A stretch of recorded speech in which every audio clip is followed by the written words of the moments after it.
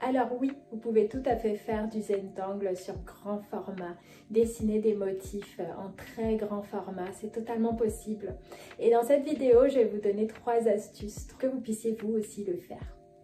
Hello, moi c'est Gisèle, je suis artiste, coach artistique et enseignante certifiée de Zentangle depuis 2017. Et sur cette chaîne, je vous aide à créer dans la zénitude et le lâcher prise. Donc abonnez-vous pour faire le plein d'astuces et d'inspiration pour votre pratique. Alors la toute première astuce que j'aimerais partager avec vous si vous souhaitez créer sur très grand format. Là par exemple cette toile que j'ai posée là derrière moi, elle fait environ 100 par 100 cm, voilà, donc 1 mètre par 1 mètre. Et l'une des approches vraiment la plus simple que vous pouvez utiliser, c'est de venir directement dessiner vos motifs sur une grande toile. Pour ça, bien sûr, vous n'allez pas pouvoir le faire avec un petit feutre de précision comme on le fait par exemple sur nos petits carrés papier quand on pratique la méthode Zentangle. Vous allez reprendre ces choses que vous avez déjà dessinées sur un petit papier par exemple et venir directement dessiner sur un grand format. Donc pour ça, vous allez pouvoir utiliser directement un gros feutre. Voilà, comme ça va déjà s'adapter au niveau de la taille. Et en utilisant toujours cette optique-là qu'on utilise dans la méthode Zentangle, cet état d'esprit du no mistakes, il n'y a pas d'erreur possible. Donc vous n'avez pas besoin de vous préparer à l'avance, de prévoir exactement le rendu que ça va avoir. Vous pouvez simplement vous lancer et y aller. Cette toile, vraiment, elle a été pour moi comme une immense méditation, un moment où je me suis posée pendant des heures et des heures à venir déposer des motifs. Et pour ça, j'ai utilisé un gros feutre. Vous pouvez utiliser des feutres Posca par exemple. Là, il y a ceux-là que j'adore. C'est des feutres Permapak.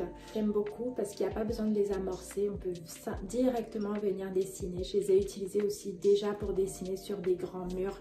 Et vous avez 2 pointes. Il y a une pointe très épaisse, biseautée. Donc vous pouvez jouer avec la largeur, la taille des traits et venir faire aussi des traits plus fins avec l'autre pointe. Alors la deuxième approche possible, c'est de venir directement d'abord s'amuser avec plein de couleurs sur votre toile.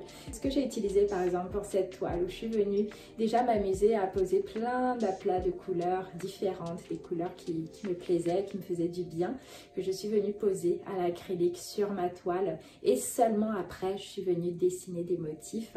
Voilà, où j'ai celle-là par exemple qui est en cours, où je pose plein de choses.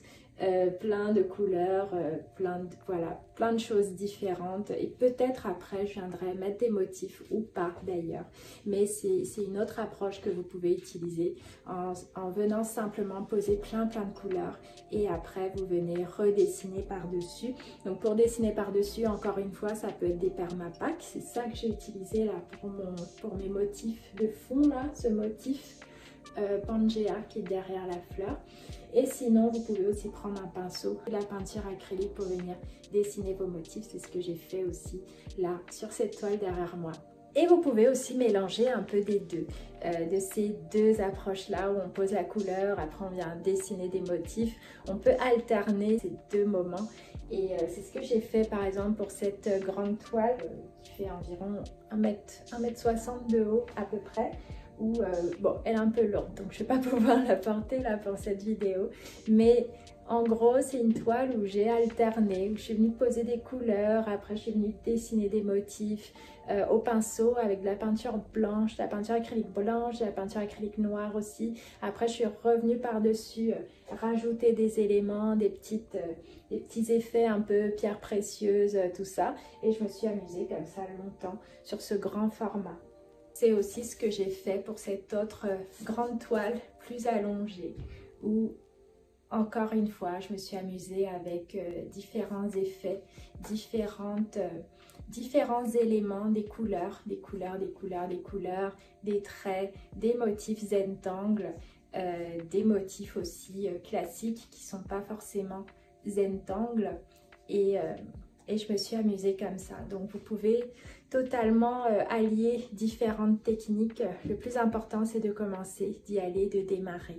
Et j'ai un cours approfondi sur ce sujet là aussi qui s'appelle Ma toile en 10 jours, où je vous partage plein d'astuces, plein de façons de faire, des finitions par exemple que vous pouvez utiliser sur vos toiles d'art inspirées du Zentangle pour vraiment leur donner de la profondeur, faire ressortir les couleurs, vraiment avoir quelque chose qui vous ressemble, qui vous fait du bien.